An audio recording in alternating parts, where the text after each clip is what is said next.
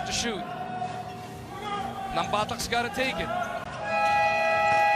Bailout triple is good.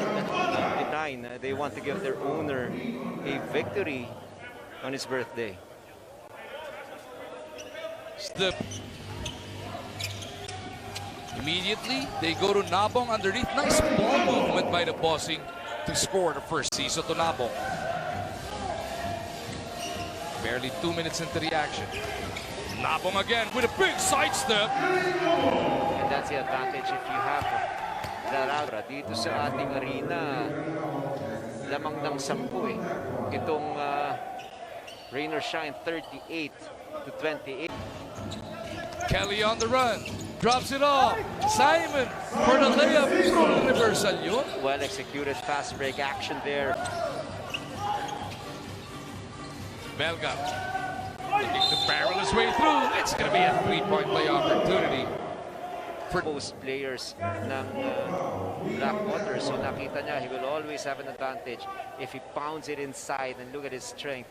He feels like he is unstoppable. Pin-apat ang abante ng Elasto Painters. Nabong taking it strong to the cup.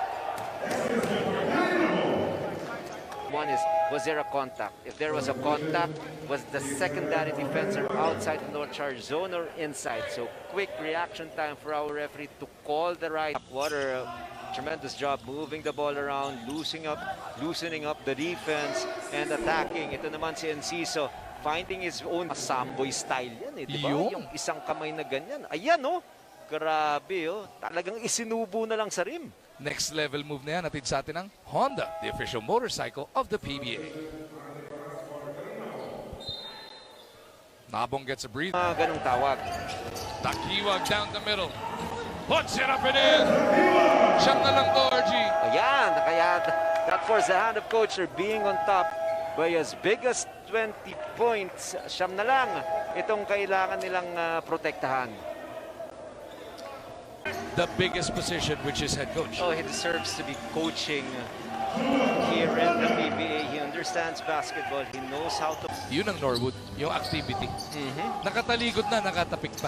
Tsaka yung ano eh, yung energy na pinapakita niya na makabalik sa depensa. Ang ganda ng for this young player who's capable of scoring and just shoot the lights out. We've seen it time and again when he was